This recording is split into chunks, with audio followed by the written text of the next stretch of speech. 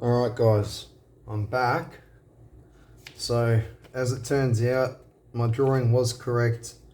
The capacitor that was the closest to the microcontroller was the 1 microfarad and the other one was the 100 nano. And guess which one I put back on the board? The 100 nano. The very capacitor I want to change. And the one I wanted to leave is the one I left off. So I'll fix that little mistake and I'll be back. Alright guys, so I've put the 1 microfarad cap back that is decoupling this pin that it's an unknown pin. We don't know what that pin does. We'll have a look in the data sheet, but for now, just put a little question mark there for that pin because we don't know what it does. And that's also the reason why we're leaving the value as what it is, 1 microfarad. If you don't know what it's for, don't change it. However, we do know what everything else on here is for, and I'll go over that now very quickly. As I said in the last video, actually I'll be conscious to keep my head out this one too guys, sorry about that. As I said in the last video, the 100 nanofarad cap here, it's just decoupling the power rail, positive rail to this chip. I'm going to replace that with a 1 microfarad monolithic cap, one of these guys. It has lower ESR and a higher capacitance, and it works better at higher frequencies than the little MLCC cap that was on the board. That's my reasoning for that. So it's going to do a much better job at getting rid of that high frequency noise caused from the micro's oscillator and ADC sampling and all that sort of stuff. The 10 microfarad bulk capacitor on the output of the LDO regulator, we're going to leave that for now. But what we are going to do is where the 150 ohm resistor was, we're going to put a 10 ohm resistor and we're going to remove this diode and just put a short. So there's basically just going to be a 10 ohm resistor from here to here. No diode, no 150 ohm resistor. Where these two 100 nanofarad caps were, the one that is forming some form of a snubber, it looks like, to decouple something to ground off of this, what I think is an op amp. We're going to leave that there too, because that value may have been chosen with that resistor to form a specific cutoff frequency, corner frequency, whatever you want to call it. So we don't want to change that yet, unless we find out later that we have to. So I'll put the 100 nano back there. I'm going to put a 1 microfarad here. So I'm going to up the input capacitance from 100 nano to 1 microfarad. Delete the diode and the 150 ohm resistor and replace that just with a 10 ohm resistor. And yeah, better quality style of caps that do a better job. Now, I'm going to quickly explain to you guys my reasoning for this, how this works. So, I think the reason it was oscillating, first I just want to say the first test I did where I was just getting really high frequency pulses, spikes if you will, from the micro on the ground loop that I had connected to my scope when I coiled this up in the previous video and attached that to the tip, and I waved it over the board and I got some high frequency noise. That's not the cause of the oscillation. So just putting a slightly better type of capacitor close to the micro will deal with that. That's fine. The 10 microfarad capacitor on the output of this, that is more than enough for a circuit that takes 10 milliamps. Here's where I think we're going wrong. Well, not me, but whoever made this board. Apart from the resistive divider being just bad tolerance resistors and a bad ratio, not being bang on, ruining the accuracy, I think the oscillation's mainly caused from there being too high of an input impedance from the 150 ohm resistor, and the fact that the diodes after it and then there's a capacitor. Essentially the power's coming in, it's taking some time to go through the resistor because it's 150 ohms and there's a capacitor it's got to charge up, and the diode has some effect with that too.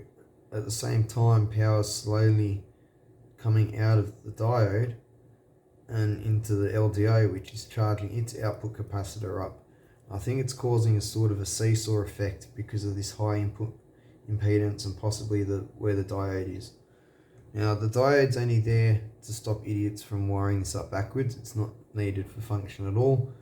The resistor is there to be in series with that 100 nanofarad capacitor to act as a snubber network and filter the input. Only problem with that is there's a diode in between the resistor and the capacitor, which just doesn't make sense. You know, I'll just show on pen and paper. I'll get a different sheet. When you're trying to filter something to ground with a snubber, say this is your ground rail. Right, that's your ground rail, and here's the point that's got noise on it that we want to filter, and we're going to do it with a snubber.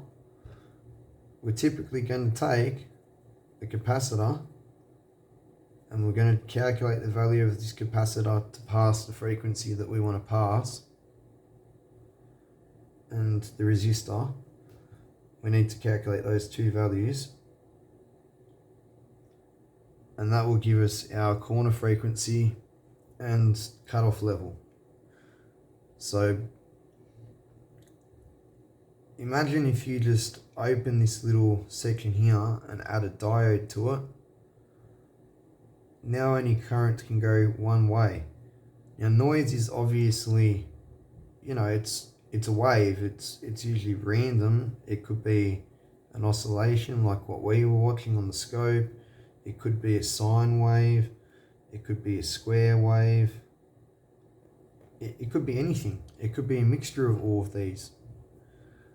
But my point is, all of these waves have positive halves and negative halves. So if we try and build a snubber like this,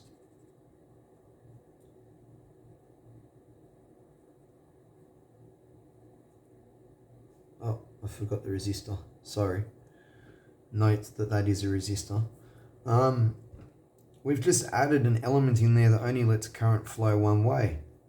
And the entire idea of a snubber is to filter noise, which is positive and negative, to ground. That's not going to work. So that's my theory on why this is not working right, why it's oscillating. There's a bit of a seesaw effect going on between the input and the actual regulator. The resistance is too high, there's a diode in the snubber network. It's just, it doesn't really make sense to me. So I'll just pause the video for 2 seconds whilst the soldering iron warms up, because I don't want to make this too long and it's already getting long. Alright, just to save time guys, I've also put the other 100 nanofarad capacitor back. That's this one here. Get a better pointing device. This one here, I've just put that back to save time. So now we're going to make our modifications. So first thing, this diode here is going.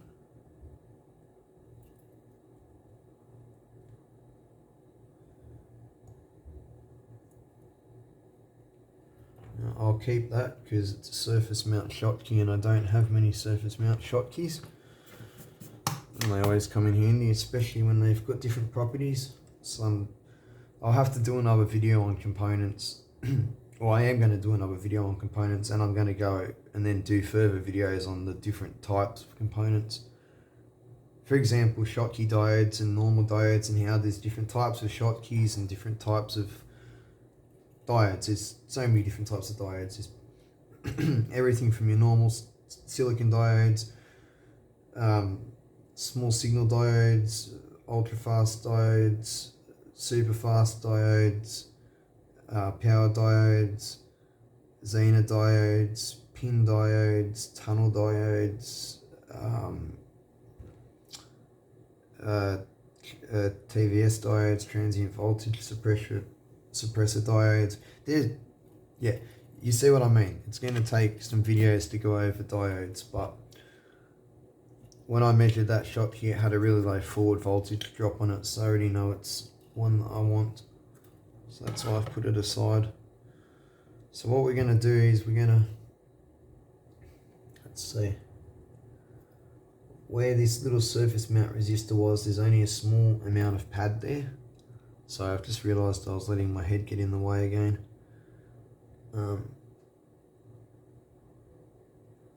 It's so hard. We're just going to remove very carefully by scraping a little bit of the solder mask off the trace just leading up to that pad.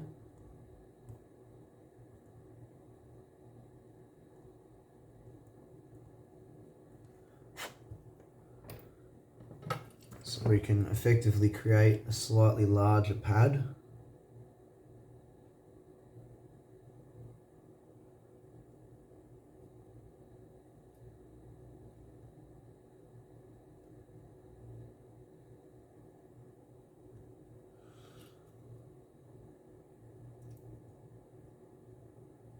Oh, I see I left a little bit of solder mask in there. Nothing ever goes to plan when it's on camera.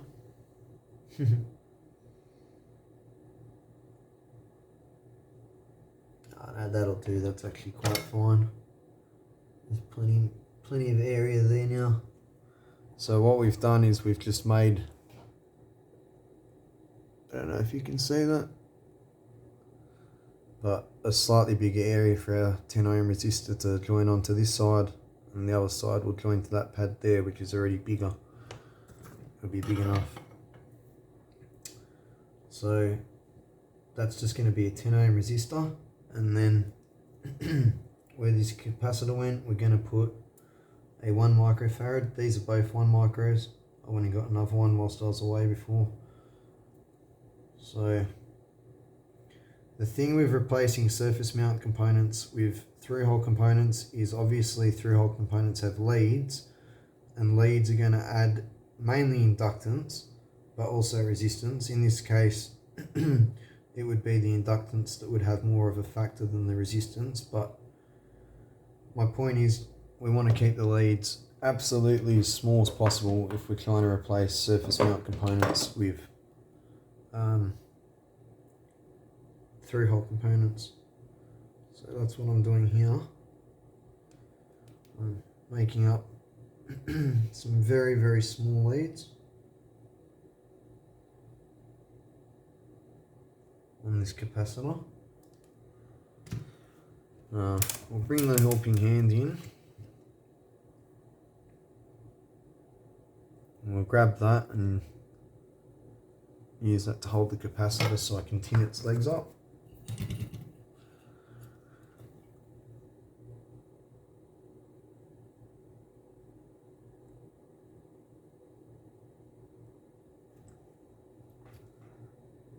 Oh, you guys didn't see that, did you?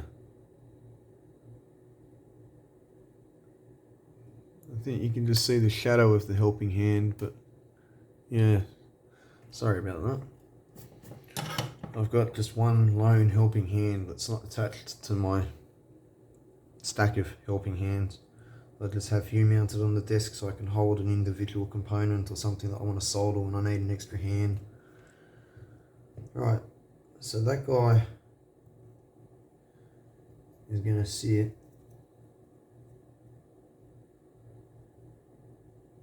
like so.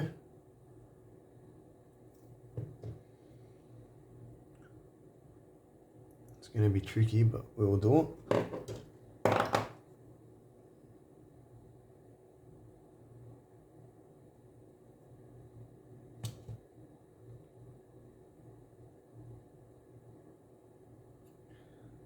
We can actually make, I think we might be able to make one of the pads a little bit longer too. Let's just see.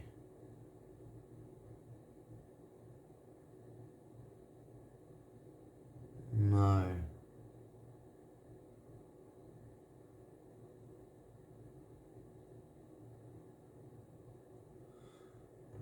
but two of those pads may be connected together. Let's just grab the multimeter and check something.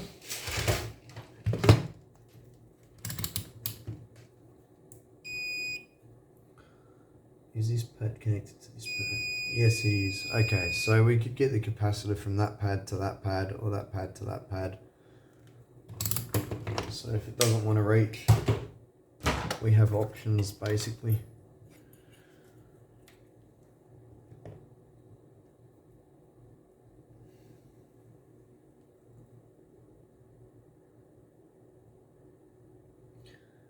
I'm just going to go for it. Oops. Just want to tack it on, and then I'll come back and finish soldering it. You never want to carry solder to the board. I'll show you what I mean by that. So yeah, I'm getting a little bit of solder on the tip just for 2 seconds. A very small amount, and I'm carrying it to the board just to tack this down, but as soon as it's tacked, you notice I'm taking the iron off.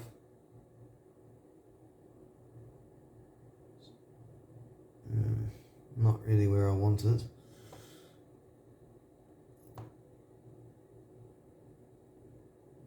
Sorry guys, I'm just going to have to use my hands to get that perfect, but now it's where I want it.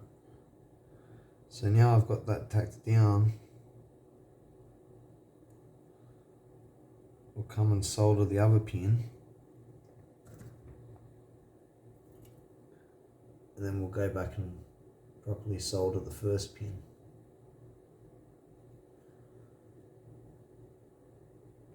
That way we know we're getting flux into our soldered connection, and it's going to be a good connection. You can see if the camera will focus. Yeah? Nice joints. So you can replace a surface mount component with a through-hole component. It's just extremely fiddly, and you know, with some boards where the parts are too small, no, you can't. You know, like for example, this little 150 ohm resistor, just for comparison, so you guys have an idea of how big it is. There's the leg of a through-hole component, you know what I mean? You're going to have a hard time replacing that with one of those. But, you know, something that's like that size, yeah, you'll be able to get away with it, because there'll be bigger pads on the board and the spacing between the pads will be bigger, and we'll be able to do it. I'm just going to go get a 10 ohm resistor. I'll be back in a sec. Right, so we got our 10 ohm resistor. Now basically we want to put the 10 ohm resistor, we want to put across this pad here that we made longer, and this pad here. So I think what I'll do is I'll start off by connecting it. How do I want to do this? I think I'll bend this end on a right angle, almost directly off the resistor, but not quite off of it.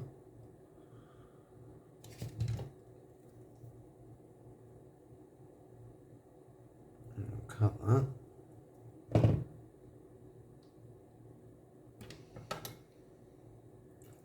Let's tin that quickly.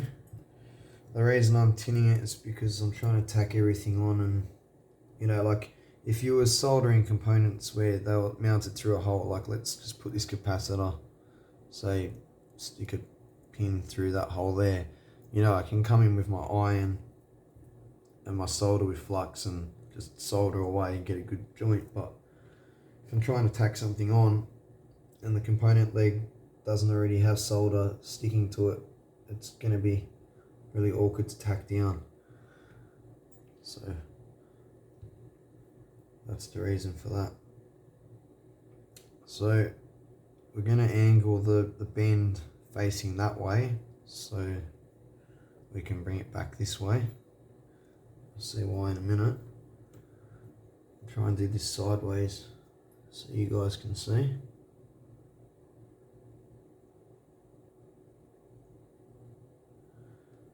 That's the resistor tacked on where we want it. Actually tacked on fairly well. It's a good thing. Now we're going to take the other leg.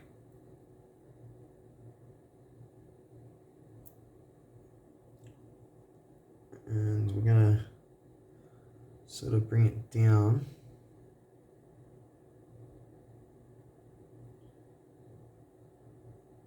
to where our little pad is that we're trying to go for.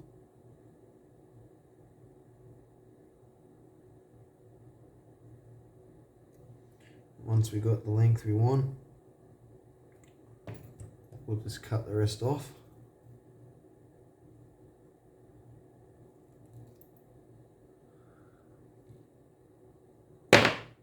Sorry about that bang, guys.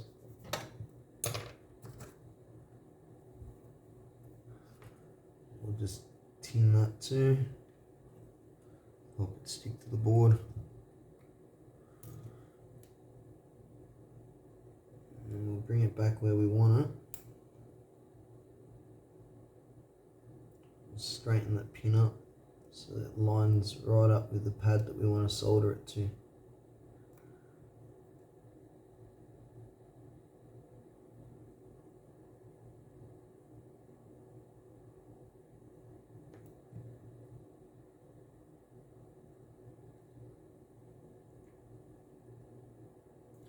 I'll bring that up close to the camera just for you guys to see.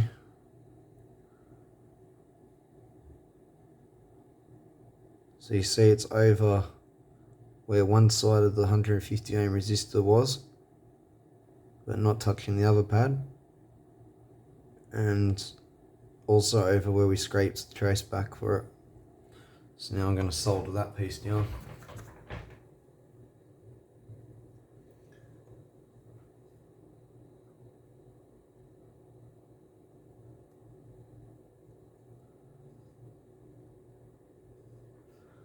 Okay, now that's done. I'll come back and just give this a quick touch just to make sure it's a good connection. Right. We've only got one thing left to do. Well, hopefully. So, I want to put this 1 microfarad capacitor to decouple the positive supply rail to ground on this IC here. I'm going to see if I can mount it somewhere other than there, because it's really just in a silly location.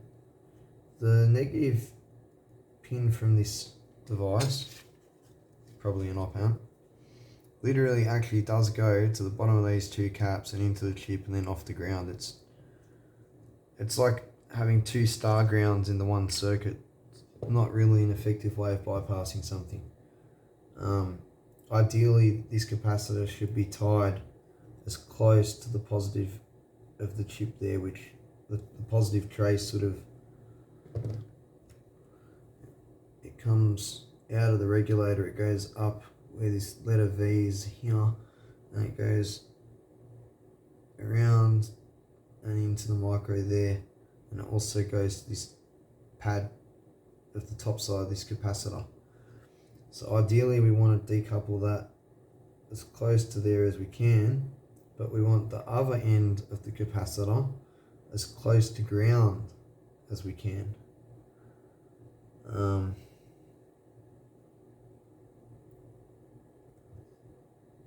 sorry if my head's in the way again. I'm just trying to get a good view of where there's ground plane area,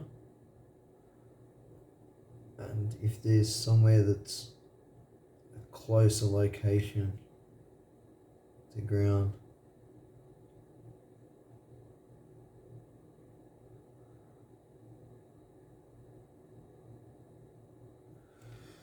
I'm just going to get the multimeter again. I think I've found a little bit of exposed ground plane that I could use. Oh my goodness, I just set my meter to volts to try and check for continuity. Okay, so that's ground plane.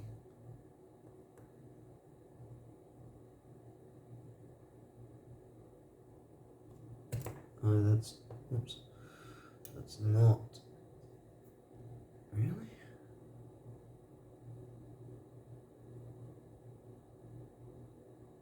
Is that possibly not?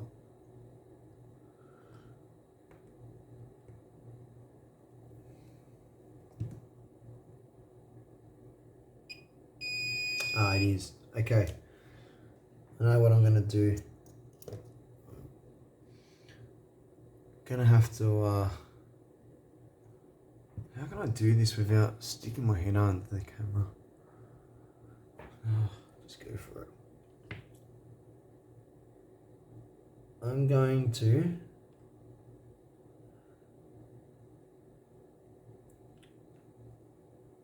this is really hard for me to see, let alone to try and show you guys. Basically, in between this pin here and the leg of this capacitor here, there's a thick piece of ground plane. It's really not that thick actually.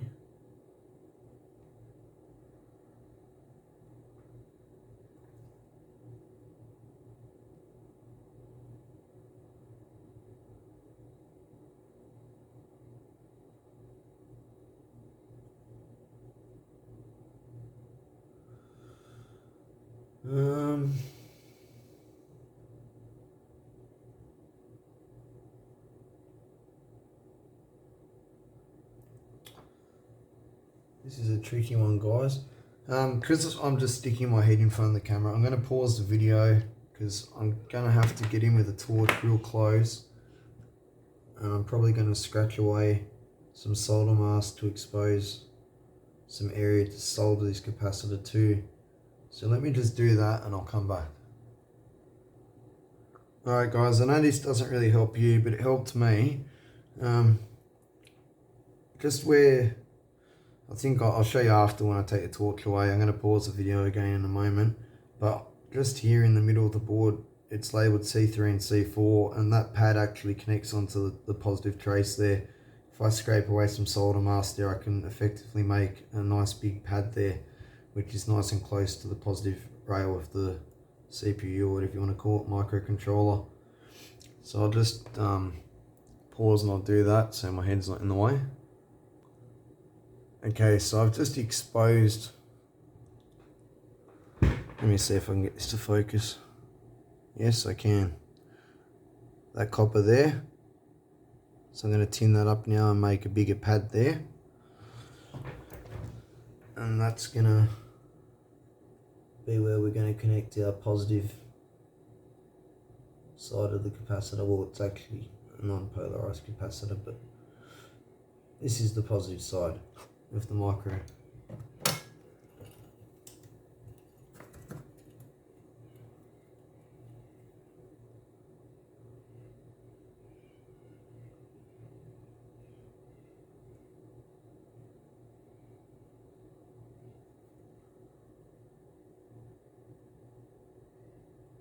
Yeah, cool, that's a nice big pad. So with this one, there's not too much I can really do to keep the leads too short on this one, because I want to route one of the leads all the way down to here at the ground point, so it's star grounded properly, not just going off to the midpoint of something else's ground point.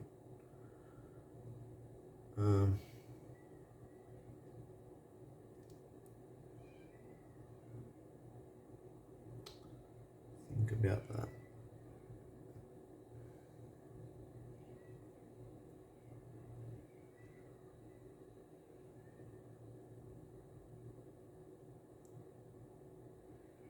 Yeah, that's what I want.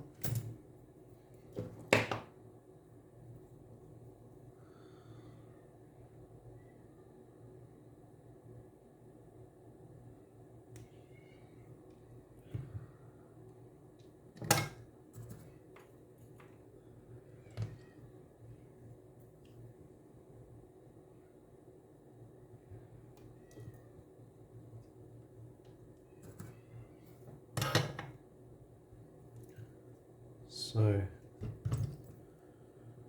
you have to be patient whilst I form these leads up, but I can't really explain it too well, so much as I can just do it and let you guys see. As soon as I've got this one end on, I'll get rid of that light, because it's probably not helping you guys as much as it's helping me.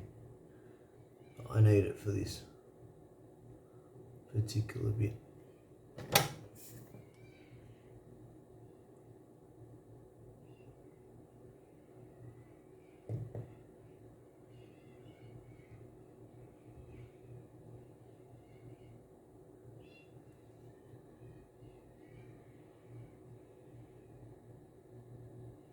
Yep, I'm happy with that.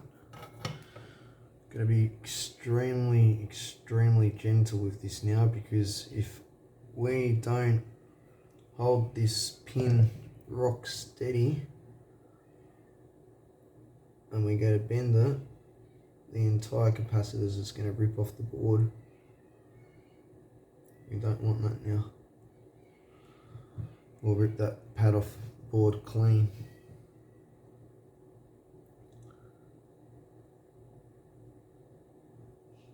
I think I'm just going to take it straight to ground here like this. It just seems like the sensible thing to do.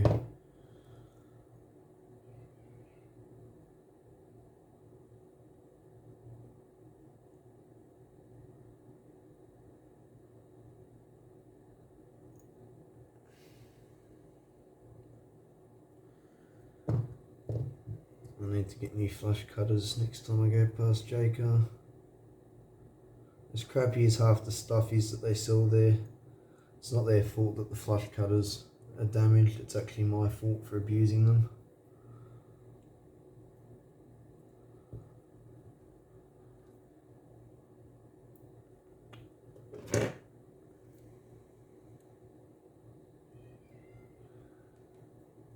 Lucky for me, I've got a lot of very small tools I can use to do this sort of thing.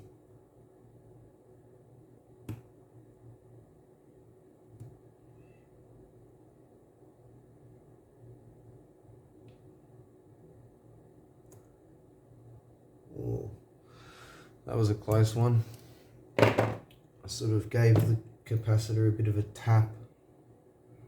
If I gave it any harder of a tap, I would have clean ripped that off the board.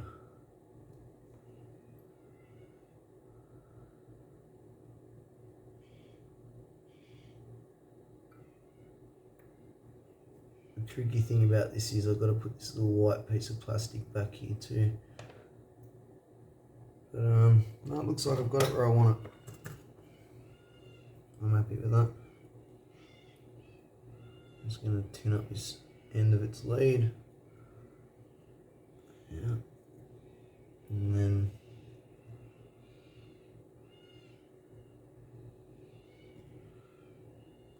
just bring it down and flow it in with this other one.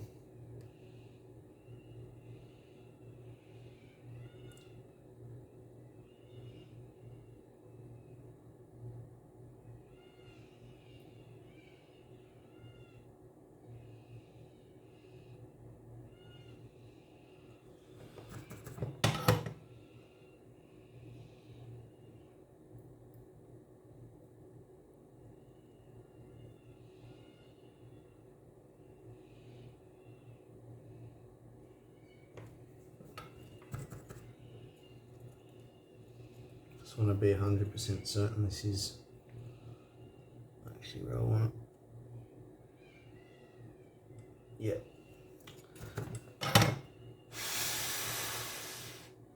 Alright, so I get rid of this torch for you guys. And I'll show you what we've done. So the 150 ohm resistor and the diode's bypassed with a 10 ohm resistor.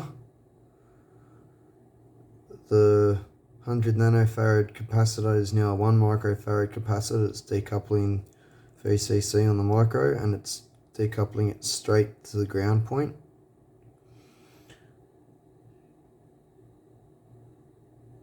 That's probably a better view.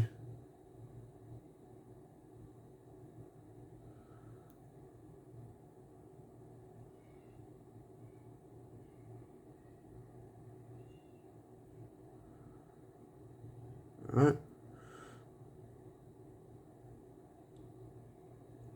So we've changed that to a 1 microfarad cap, that to a 1 microfarad, that to a 10 ohm, and eliminated the 150 ohm in the diode. That is what I was going to try first, so let's see what it does.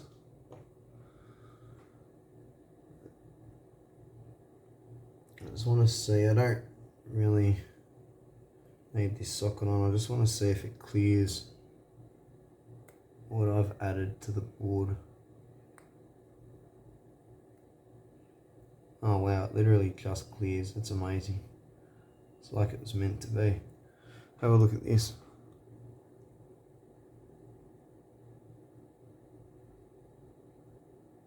It's pretty funny.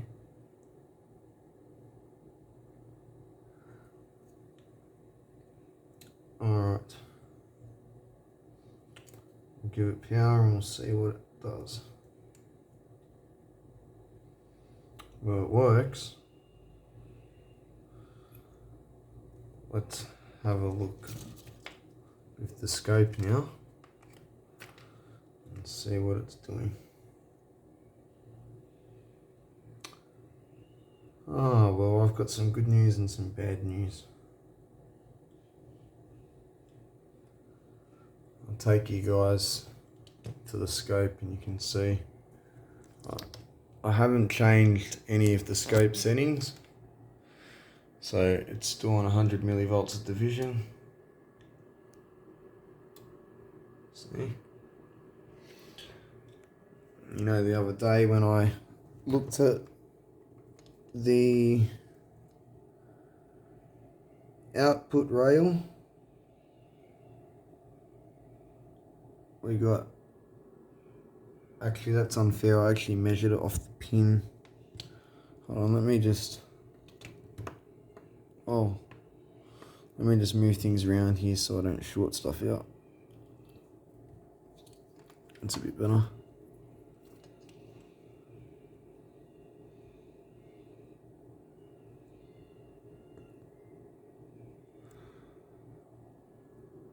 That's all we've got on the output of the regulator now. We had a lot more than that before. And on the input, we still have the same, oh, just slipped off, sorry guys. We still have the same waveform, but it's about 3 times smaller. Okay, so I'm on to something, but I haven't solved it completely, so that's kind of annoying. I'm going to have to look at the data sheet for this part here, this 3.3 volt regulator, and the data sheet for the microcontroller and see what's going on, because without learning more about what the microcontroller is doing in terms of its operating frequency, sampling rate, all that sort of stuff, the current pulses it draws as it does that, and without knowing like the layout guidelines and whatnot for this what do you call it, LDO regulator, it's going to be hard for me to do any further than this. Could probably take that 10 microfarad cap off of there and try something else, but at that point I'm just wasting my time just swapping stuff over aimlessly. See, like everything I've done so far I've done for a reason, because I knew it would 100% at least make it better. I don't know for a fact that changing that 10 microfarad cap is going to make it better, so I'm going to do some research before I play around with it anymore, and I guess I'll make a third part on it. But yeah, I never thought this would happen. Never thought I'd finally find a high accuracy panel meter, buy it, and end up having problems with accuracy and oscillation. It's nuts. I've spent 2 days so far working on a product that's supposed to already be designed and work. Anyway guys, that's all for tonight. I'll be back tomorrow. I'll have a look at the data sheets now for this and ponder over it as I go to sleep, and I'll get up in the morning, doing my morning chores, and then I'll come in here and I'll do something about this. Stay tuned, guys. Also, if you like my content, if you find any of it interesting, please tell people about my channel. Try and help me get it out there. Please like and subscribe so YouTube gets it out there too. If you have any questions about anything, not just things I'm currently doing, but just any general questions about electronics or things that you've seen in the lab so far, feel free to ask me. That's all for now, guys. Take care.